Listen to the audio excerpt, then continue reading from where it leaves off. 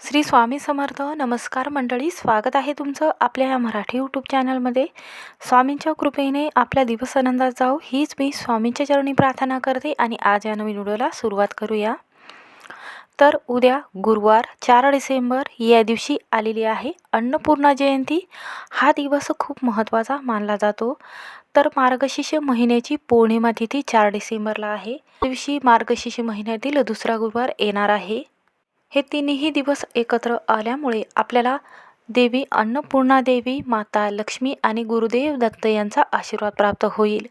कारण या दिवशी श्री गुरुदेव दत्त यांचा जन्मदिवस आपण मोठ्या थाटामाटात साजरा करत असतो. मृग नक्षत्रावर संध्याकाळी त्यांचा प्रदोष काळामध्ये जन्म झाला होता, म्हणून संध्याकाळी 6 ते 7 वाजेपर्यंत त्यांची पूजा केंद्रामध्ये किंवा घरामध्ये केली जाते. म्हणून या दिवशी अन्नपूर्णा देवीला काही वस्तू अर्पण केल्या जातात. अन्नपूर्णा माता अन्न आणि समृद्धीची देवी म्हटली गेलेली आहे.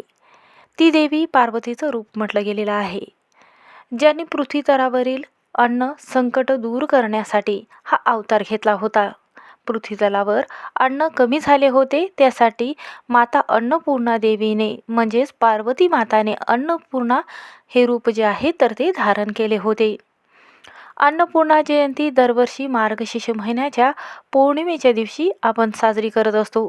या दिवशी अन्नपूर्णा जयंतीच्या दिवशी कोणत्या दिवशी आपल्याला 4 तारखेला साजरी करायची आहे की 5 तारखेला साजरी करायची आहे, तर याचा मुहूर्त आहे. जसं की मार्गशीर्ष महिन्याची पौर्णिमा जी आहे तिथी जी आहे तर ती 4 डिसेंबर रोजी पहाटे 4:37 चालू होणार आहे आणि ही तिथी 5 डिसेंबर रोजी सकाळी 4:43 संपणार आहे. म्हणून अन्नपूर्णा जयंती आपल्याला 4 तारखेला साजरी करायची आहे. म्हणूनच वास्तुशास्त्रामध्ये करण्यासाठी काही उपाय जे आहेत ते सांगितले गेलेले आहेत. म्हणून अन्नपूर्णा जयंतीच्या दिवशी, गुरुवारच्या दिवशी, दत्त जयंतीच्या दिवशी आपल्याला अन्नपूर्णा देवीला ही एक वस्तू अर्पण करायची आहे. ही वस्तू अर्पण केल्याने अन्नधान्याचा साठा हा कधीच कमी पडणार नाही. 33 वर्ष धन, संपत्ती, आरोग्य लाभेल. चहूबाजूने घराची, मुलाची भरभरून प्रगती होईल. 7 पिढ्याचे दारिद्र्य हे क्षणात नष्ट होईल. कठीणातील कठीण समस्या ह्या दूर होऊन प्रत्येक कामात आपल्याला यश मिळेल. म्हणून अन्नपूर्णा मातेला कोणती वस्तू अर्पण करायची आहे, या वस्तूचं काय करायचं आहे, अन्नपूर्णा मातेची मूर्ती कधी आणायची आहे, कोणत्या दिशेला लावायची आहे, याबद्दलची सविस्तर माहिती या व्हिडिओमध्ये पाहणार आहोत. त्यामुळे व्हिडिओ हा शेवटपर्यंत नक्की पहा. चॅनलवर नवीन असाल तर नक्की सबस्क्राईब करा. कमेंटमध्ये ओम अन्नपूर्णा देवे नमः, श्री गुरुदेव दत्त, श्री स्वामी समर्थ हा मंत्र लिहायला विसरू नका, ज्यामुळे आपल्या घरामध्ये धन, धान्य याचा साठा जो आहे तर तो कधीच कमी पडणार नाही. अन्नपूर्णा जयंती हा अन्न साजरं करणाऱ्या प्राचीन आणि अद्वितीय हिंदू सणापैकी एक आहे. हा दिवस पोषणाची देवी अन्नपूर्णा यांच्या जन्मदिवसाचं स्मरण आपण या दिवशी करत असतो. देवी अन्नपूर्णा पार्वतीचा अवतार असल्यामुळे या दिवशी पार्वती माताचीही पूजा केली जाते. या दिवशी भाविक भक्त, घरातील महिला असतील, भक्तिभावाने, समर्पणाने देवी अन्नपूर्णा देवीची पूजा करत असतात. पूजेची विधी प्रामुख्याने महिला लोक पाळत असतात. म्हणूनच अन्नपूर्णा जयंतीच्या दिवशी विविध परंपरा आणि तर आपल्या हिंदू धर्मामध्ये अन्न या शब्दाचा अर्थ असा आहे की अन्न असा होतो.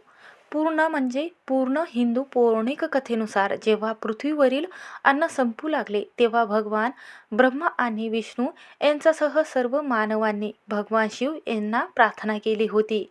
त्यानंतर मार्गशीर्ष महिन्याच्या पौर्णिमेला देवी अन्नपूर्णा म्हणून दर्शन घेतले आणि पृथ्वीवर अन्नाची भरपाई केली. तेव्हापासून हा दिवस अन्नपूर्णा जयंती म्हणून आपण साजरा करत असतो. देवी अन्नपूर्णा तिच्या भक्तांना, विशेषतः काशीमध्ये राहणाऱ्या व्यक्तींना पुरेसे अन्न मिळावे याची विशेष काळजी घेत होत्या. अन्नपूर्णा मातेला आपल्याला या दिवशी कोणती वस्तू अर्पण करायची आहे, तर ही वस्तू का अर्पण केली जाते, असं म्हटलं जाते की ही वस्तू अर्पण केल्याने आपल्या घरात धन, धान्य, समृद्धी याची कधीच कमतरता ही भासत नाही. घरामध्ये जे आपण स्वयंपाक बनवत आहोत तो कधीच वाया जात नाही. सुखसमृद्धी राहण्यासाठी आई मुलीचं लग्न झाल्यानंतर तिला लग्नामध्ये अन्नपूर्णा देवीची मूर्ती देत असते आणि त्याचबरोबर श्रीकृष्ण बाळ आणि गणपती बाप्पाची मूर्ती देत असतात. यामुळे काय होते की तिच्या घरामध्ये अन्नपूर्णा देवीची मूर्ती दिल्यामुळे तिच्या घरामध्ये सुखी संसारामध्ये कधीही विघ्न येऊ नये, अन्नधान्याचा साठा हा कधीच कमी पडू नये. त्याचबरोबर गणपती बाप्पाची यासाठी मूर्ती दिली जाते की तिच्या घरामध्ये जे मंगल कार्य होणार आहे त्यामध्ये सफलताही मिळावी आणि तिच्या मुलाला योग्य ते बुद्धीमध्ये प्रगती व्हावी व घरामध्ये सुख समृद्धी कायम टिकून राहावी. जो घरामध्ये पैसा येतो तर त्याची बुद्धी आणि त्याचं ज्ञान जे आहे तर ते गणपती बाप्पा आपल्याला देत असतात. त्यासाठी गणपती बाप्पाची मूर्ती दिली जाते. आणि या दिवशी श्रीकृष्ण बाळ कशासाठी दिले जाते तर तिच्या घरामध्ये जो संसार चालू आहे पती पत्नीचा तर तो कधीही त्यांच्या दोघांमध्ये वादविवाद होऊ नये, घरामध्ये सुखसंपत्ती कायम टिकून राहावी. घरामध्ये पती पत्नीमध्ये जे कोणत्याही कामामध्ये त्यांना जर यश मिळत नसेल तर प्रत्येक कामामध्ये यश मिळावे त्यासाठी श्रीकृष्ण बाळ जे आहे तर ते दिले जाते. आई आपल्या मुलीच्या संसारामध्ये कधीही धन व धनाची समृद्धी टिकून राहण्यासाठी हे अन्नधान्याचा साठा जो आहे तर तो भरून राहावा त्यासाठी अन्नपूर्णा देवीची मूर्ती दिली जाते. म्हणूनच अन्नपूर्णा देवीला धान्य, गहू, तांदूळ अर्पण केले जाते. देवीला वाहिलेले किंवा अर्पण केलेले तांदूळ याचं काय करावं? अन्नपूर्णा मातेची फोटो असेल, चित्र असेल, मूर्ती आणलेली तुम्ही असेल तर ती आदल्या दिवशी आणून ठेवायची आहे आणि दत्त जयंतीच्या दिवशी म्हणजेच अन्नपूर्णा जयंतीच्या दिवशी अशा पद्धतीने पूजा करायची आहे. तर तुम्ही मूर्ती आणलेली असेल किंवा चित्र आणलेले असेल तर ते कोणत्या दिशेला ठेवावं? देवी अन्नपूर्णा अन्नधान्यामध्ये वास्तव्य करणारी देवी म्हणून ओळखली जाते. आठवड्यातून तुम्ही 2 वेळा माता अन्नपूर्णा देवीची पूजा जी आहे तर अशा पद्धतीने जर तुम्ही केलीत घरामध्ये सुख लाभेल. 33 वर्ष अन्नधान्याचा साठा, सुख संपत्ती ही कधीच कमी पडणार नाही. 7 पिढ्याचे दारिद्र्य हे क्षणात नष्ट होईल. तर पहा, अशा पद्धतीने जर पूजा केली तर अन्नधान्याचा साठा हा कधीच कमी पडत नाही. पहा, घरोघरी शुक्रवारी, मंगळवारी अन्नपूर्णा देवीच्या खांद्यापर्यंत तांदूळ किंवा गहू अर्पण केले जाते. या दिवशी कुंकुमार्चन सुद्धा केले जाते. कुंकुमार्चन केल्यानंतर जे कुंकू आहे तर ते एका डबीमध्ये भरून रोज आपल्या कपाळाला एक टिळा लावला जातो, ज्यामुळे आपण जे काम करत आहोत त्यामध्ये आपल्याला यश मिळत असते. आजारपण घरातील कमी होते, धनवृद्धी आणि यशवृद्धी होते आणि मुलांची भरभरून प्रगती होते व आपल्या घरामध्ये वंशवृद्धी होऊ लागते. जेव्हा आपण तांदूळ व गहू अर्पण करत असतो तेव्हा अर्पण केलेल्या तांदूळाचं नेमकं काय करावं? तर पहा, आपण जे धान्य अर्पण केलेलं आहे तर ते आपल्याला जे घरामध्ये अन्नधान्य साठवलेलं आहे तर त्यामध्ये मिक्स करून खायचं आहे किंवा बाहेर तुम्ही चिमण्याला खाऊ घालू शकता. जसं की आपण कुंकू अर्पण करतो त्याच पद्धतीने आपल्याला या कुंकामध्ये पूजा करण्यासाठी जे शक्तितत्व जागृत होते तसंच त्याचप्रमाणे जर आपण अन्नपूर्णा देवीला तांदूळ अर्पण करत असतो त्यामध्ये शक्ती आकृष्ट करण्याची ताकद असते. हे धान्य आपल्याला अन्नपदार्थाच्या माध्यमातून सेवन केल्याने, त्याचा पदार्थ बनवून खाल्ल्याने आपल्या शरीराला सकारात्मक ऊर्जा देण्याचं काम जे आहे तर हे धान्य करत असते. त्यामुळे घरात सुख आणि सौभाग्य टिकत असते. यामुळे घरामध्ये सुखसंपत्ती कायम टिकून राहते. म्हणून या दिवशी अन्नपूर्णा मातेला तुम्ही जर काही वस्तू अर्पण केल्या तर घरामध्ये पतीची भरभराट होते आणि घरामध्ये पैसा हा येऊ लागतो.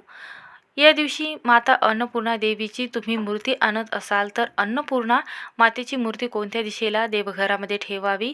फोटो आणले असेल तर कोणत्या दिशेला लावावे? जर तुम्ही फोटो हा किचनमध्ये, स्वयंपाकामध्ये, घरामध्ये लावत असाल तर आपल्याला कोणते नियम पाळायचे आहेत? माता अन्नपूर्णा देवीचा फोटो असेल, मूर्ती असेल तर आग्नेय दिशेला ठेवणं अतिशय उत्तम म्हटलं जातं. अग्नी म्हणजे अग्नीद्वारे आपण जे स्वयंपाक किंवा काही भाकरी बनवत असतो तर ते अग्नीद्वारे बनवत असतो, भाजी बनवत असतो. म्हणूनच अग्नीय कोपऱ्यामध्ये अन्नपूर्णा मातेचे चित्र किंवा फोटो ठेवल्याने घरामध्ये सुख समृद्धी आणि सौभाग्याची प्राप्ती होत असते. वास्तुशास्त्रामध्ये अन्नपूर्णा मातेची जी मूर्ती आहे तर फोटो आहे तर सर्वात प्रथम पूर्व दिशा म्हणजे अत्यंत शुभ मानली जाते.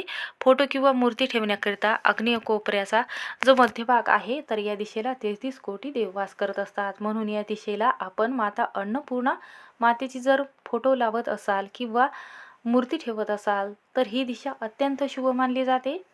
त्यामुळे घरामध्ये धन जे आहे तर त्याची कमतरताही कधीच आपल्याला भासत नाही. घरामध्ये अन्नपूर्णा मातेची मूर्ती किंवा फोटो ठेवायला असेल तर घरामध्ये नकारात्मकता, शत्रू त्रास, इडापिडा, नजरबाधा होत नाही. माता अन्नपूर्णा देवीची मूर्ती आहे तर आपल्या देवघरामध्ये उजव्या साईडला ठेवावी. अन्नपूर्णा मातेची मूर्ती जर तुम्ही भगवान शिव व गणपती बाप्पाच्या जवळ जर ठेवली तर सर्व कुटुंब जे आहेत हे परिवार म्हटला गेलेला आहे. म्हणून परिवाराला जर तुम्ही एकत्र जर ठेवलं तर आपल्या घरामध्ये जे पवित्र घर आहे तर ते बनत असते. म्हणून आपल्या घरातील कुटुंब जे आहे तर यामध्ये एकोपा तयार होत असतो. जेव्हा आपण भिंतीला हे चित्र लावत असाल त्यावेळेमध्ये ही भिंत जी आहे तर ती टॉयलेटला, बाथरूमला लावलेली नसावी. याची आवर्जून काळजी आपल्याला घ्यायची आहे.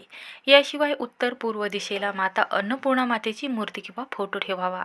त्यानंतर आपल्याला या दिवशी अन्नपूर्णा मातेची मूर्ती आणण्या अगोदर आपल्या आदल्या दिवशी ही मूर्ती आणून ठेवायची आहे आणि त्यानंतर या दिवशी तुम्ही आणून सकाळी पूजा केली तरीही चालेल. तर सर्वात प्रथम आपल्याला काय करायचं आहे, एका तांब्याच्या ताटामध्ये आपल्याला या देवीची मूर्ती घ्यायची आहे. त्यानंतर अभिषेक करायचा आहे. दह्याने दुधाने अभिषेक करायचा आहे.